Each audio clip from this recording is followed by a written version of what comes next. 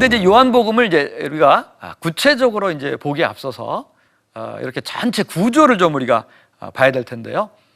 요한복음이나 공관복음이나 여러 가지 이야기를 이렇게 연이어서 묶어 놓은 것입니다. 그래서 이야기와 이야기를 연결할 때 쓰는 그런 이음새라는 게 있어요. 이음새 중에 마가에서 가장 많이 사용하는 것이 또입니다. 또. 뭐 영어로 and죠. 그리고. 뭐 가장 단순한 이음새죠. 어떤 이야기를 한 다음에 또, 그리고. 요한복음에는 가장 많이 나오는 이음새 중에 하나는 이 일들 후에, 이 일들이 일어난 후에, 이런 말이 나오는데, 이것들이 보통 한 장에서 나옵니다. 한 장을 말한 다음에 이 일 후에, 요한복음은 그런 게 많아요. 그래서 요한복음은 하나의 이야기가 굉장히 긴 편입니다. 그리고 요한복음은 또 전체적으로 이렇게 보면은요, 옷에서 우리가 양복을 우리가 본다고 한다면 한 4가지 것으로 볼 수가 있습니다. 그 한번 요한복음의 구조를 저희가 한번 도표를 통해서 한번 살펴보도록 하겠습니다. 요한복음은 이런 4부분으로 나눌 수 있겠습니다. 프롤로그라는 거 있죠? 어떤 그거의 서시. 그 다음에는 그 2부분으로 이렇게 나눠지는데, 하나는 표적의 책이라고 할 수 있는데요.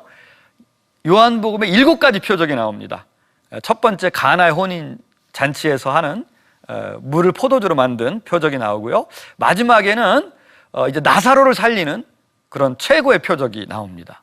7가지 표적. 그래서 그때까지 그 표적까지 나오는 책, 표적의 책이고, 그 다음에는 이제 이 표적의 책에서는 주로 예수님이 유대인들과 논쟁을 하세요. 예수님이 표적을 행하고 예수님이 누구인지를 보여줬는데 유대인들이 안 믿으니까 예수님이 논쟁을 하시는데, 영광의 책에서는 이제 예수님의 제자들과만 상대합니다. 요한복음에서 영광은 예수님이 십자가를 지는 거거든요. 십자가를 지기 전에 제자들에게 그런 발을 씻겨주고, 제자들에게 설교를 하시고, 제자들에게 기도를 하시고, 이제 십자가에 달리셔서 부활하는 것까지, 그게 영광의 책입니다. 그리고 또 이렇게 덧붙여서 말하는 걸 우리가 에필로그라고 하잖아요. 예, 그러면 이제 이렇게 4부분으로 잘 구성되어 있는 그 요한복음이 어떤 목적으로 쓰여졌을까, 그런 걸 좀 생각해 볼 수 있어요. 그동안에 이제 사람들이 여러 가지 얘기를 했습니다. 그 첫 번째는 요한복음에 보면은요, 세례 요한이 공관복음서에 비해서 비중이 조금 적어요. 처음에 그 세례 요한에 의해서 세례를 받고 공관복음서는 예수님 활동하시는데, 요한복음에는 예수님이 세례 요한한테 세례받는 장면이 나오지 않습니다. 그리고 우리가 다음 주간부터 구체적으로 살펴보겠지만 세례 요한의 역할이 상당히 보조적이에요. 그래서 세례 요한파가 이제 1세기 말까지 득세했는데, 이 세례 요한파를 억누르기 위해서 이 요한복음을 기록한 게 아닌가, 그런 이제 사람들의 주장이 있습니다. 근데 요거는 조금 문제가 있는 것은 뭐냐면, 세례 요한파를 억압하려면 세례 요한을 조금 부정적으로 다뤄야 돼요. 요한복음 자체 안에서. 근데 요한복음에서는 세례 요한이 부정적으로 묘사된 곳이 한 곳도 없습니다. 세례 요한은 긍정적으로 묘사됐지만 요한복음에서는 그런 예수님만이 중요하기 때문에 보조적 인물로 다뤄진 것이지, 세례 요한파를 아주 무찌르려고 이렇게 한 것은 아니다. 두 번째는 요한복음에 보면 유대인들이라는 말이 굉장히 부정적으로 다뤄진 게 많아요. 그래서 유대인들을 싫어하는 마음으로 쓴 거다, 이런 또 주장이 있어요. 유대인들이 예수님 십자가에 못 박았기 때문에 유대인들에 대한 혐오감에서 쓴 거다. 또 요한복음에 보면은 유대인들이 크리스찬들을, 예수 제자들을 회당에서 축출한, 뭐 이런 단어가 몇 번 나옵니다. 그래서 이런 유대인들이 크리스찬을 회당에서 축출했기 때문에 그 쓰디쓴 마음이 이런 유대인들을 부정적으로 묘사한 것이고, 유대인들에게 좀 그런 나쁜 마음을 가지고 요한복음이 기록이 된 거다, 또 이런 주장들이 있습니다. 근데 이거는 또 어떤 면이 설명이 안 되냐면요, 유대인들을 굉장히 좋은 뜻으로 설명하는 게 또 많아요. 구원은 유대인에게서 난다, 이런 뜻도 있고. 그래서 여기서 유대인들을 부정적으로 다룬 것은 민족으로서 유대인이 아니라 예수를 믿지 않는 불신앙 집단으로서의 유대인, 모든 유대인이 아니라 그렇게 예수를 믿지 않는 유대인의 특별히 그 당국자들, 그런 사람들을 주로 일컫는 말입니다. 그래서 유대인들에 대한 혐오감에서 이렇게 기록한 거다, 이것도 좀 맞지 않는 그런 말입니다. 세 번째는 요한복음 내에서 보면은 어떤 제자들 간의 갈등과 경쟁, 이런 게 조금 나와 있는 게 있습니다. 대표적으로 요한복음 20장에 보면은 예수님의 그 수제자였던 베드로하고 예수님의 애제자가 무덤에 누가 먼저 도달하려고 막 이렇게 달려가는 장면이 나와요. 이걸 통해서 요한복음은 초대교회 안에서 경쟁 집단들이 있었는데, 특히 경쟁 집단, 다른 집단을 좀 억누르려고 이렇게 기록한 거다. 예수님의 사랑받는 제자, 애제자의 집단이 뭐 베드로파라든지 딴 파를 억압하려고 이걸 쓴 거다, 이런 주장이 또 있어요. 근데 여기 이렇게 자세히 보면은요, 베드로와 애제자가 그렇게 나쁜 관계가 아닙니다.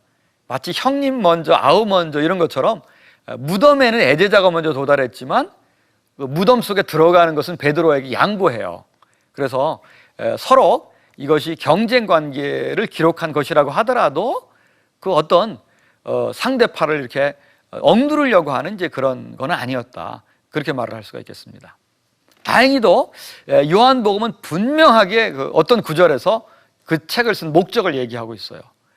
그게 바로 뭐냐면은 요한복음 20장 31절에 있는 그런 말씀입니다. 오직 이것을 기록함은 너희로 예수께서 하나님의 아들 그리스도이심을 믿고 그 이름을 힘입어 생명을 얻게 하려 함이니라.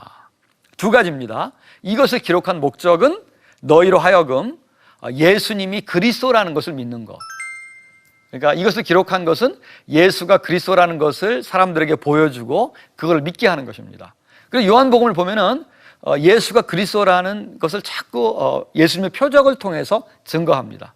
두 번째는 그것을 힘입어서 지금 생명을 얻게 하려는 거예요.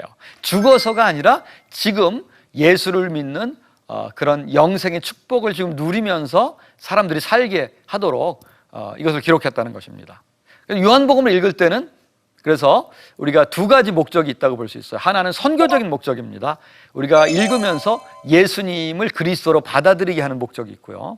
두 번째는 이미 받아들인 사람은 그 예수를 믿음으로 영생의 삶을 이 땅에서 잘 유지할 수 있게 하는 것.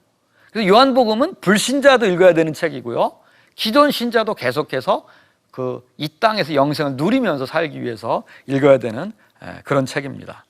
요한복음의 주제는 한마디로 뭐냐? 요한복음의 핵심 주제는 예수입니다. 예수. 이게 좀 특이한 거예요. 공관복음서에서의 주제는 예수님의 가르침인 하나님의 나라라고 볼 수 있습니다. 근데 요한복음은 예수님의 가르침보다도 더 중요한 게 예수님이 누구냐는 거예요. 그래서 처음에는 예수님이 메시아라는 것을 주로 가르쳤습니다. 그 다음에는 보통 메시아가 아니라 기적을 행하는 메시아, 곧 신적 메시아라는 게 요한복음에 또 강조되어 있고요.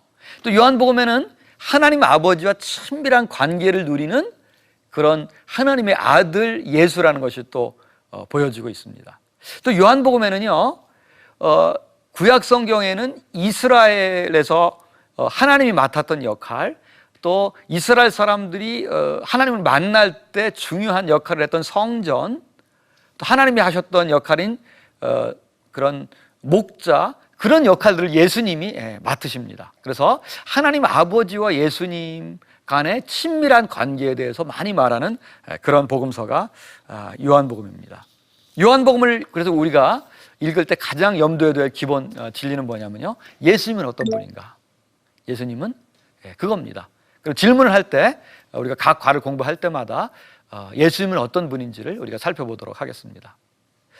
그런 다음에 이제 요한복음에서 예수님이 하신 말씀의 주제는 여러 번 말씀드렸지만 공관복음에서는 하나님의 나라라는 주제로 주로 비유를 말씀하셨다면 요한복음에서 말씀하신 주제는 영생입니다. 원래 영생이라는 단어는요, 두 단어의 원래 헬라 단어로 영원한이라는 단어하고 생명이라는 단어입니다. 영원한이라는 형용사와 생명이라는 명사의 결합이에요. 근데 영원한이라는 단어는 자주 생략이 돼요.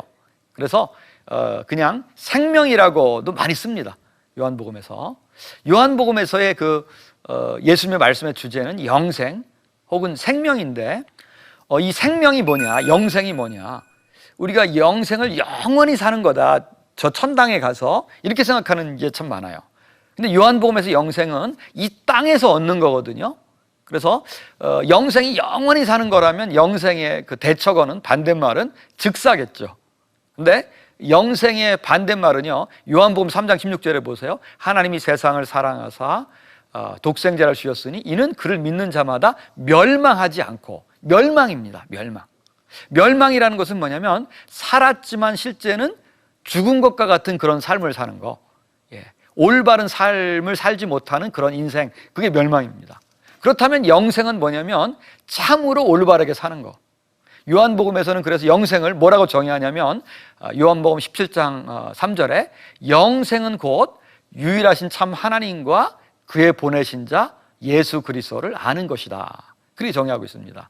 영생은 하나님 아버지와 예수 그리스도를 믿고 두 분의 관계를 깨닫고, 그리고 그분과 올바른 관계를 맺고 사는 거, 그게 영생입니다.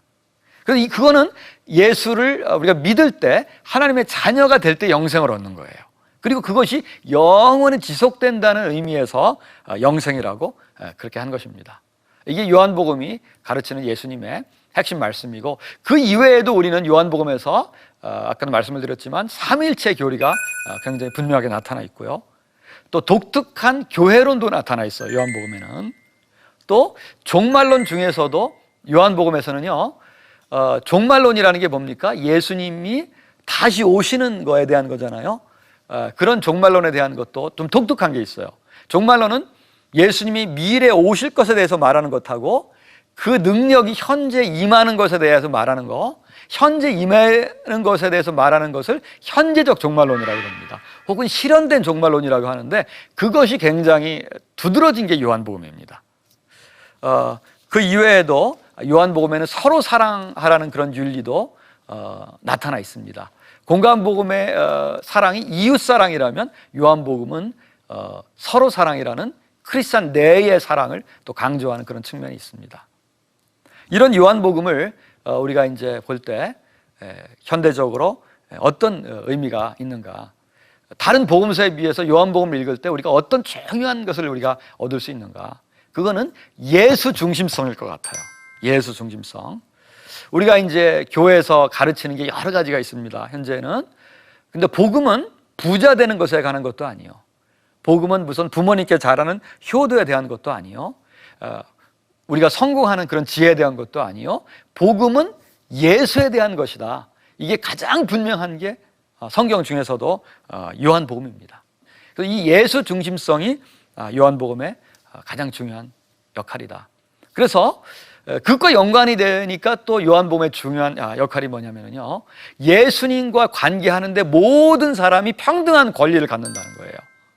특별하게 뭐 어떤 사람이 중요하게 역할을 갖는다는 게 없습니다. 예를 들면 요한복음에는 사도라는 말도 안 나와요. 누구나 사도나 제자나 어떤 사람이든지 하나의 제자입니다. 그러면 누구든지 예수의 하나의 제자가 될 수 있기 때문에 예수님과의 관계에 있어서 평등성이 부각되는 그런 게 요한복음서입니다. 오늘 여러분과 같이 적용하는 말씀 보면은 우리가 요한복음을 통해서 예수 중심으로 살아야 된다, 이걸 우리가 알 수가 있고요. 또 예수님과 만나는 것은 누구나 평등하기 때문에 모두가 다 제1급의, 모두가 다 가장 좋은 예수의 사랑받는 제자가 될 수 있다는 것, 그런 말씀을 드렸습니다. 이제 오늘은 요한복음이란 어떤 책인지 말씀을 드렸고요. 다음 시간에는 우리 그런 요한복음에서 말하는 예수님은 어떤 분인가, 요한복음 1, 2장을 중심으로 그 말씀을 나누도록 하겠습니다. 여러분, 다음 시간에 뵙겠습니다. 감사합니다.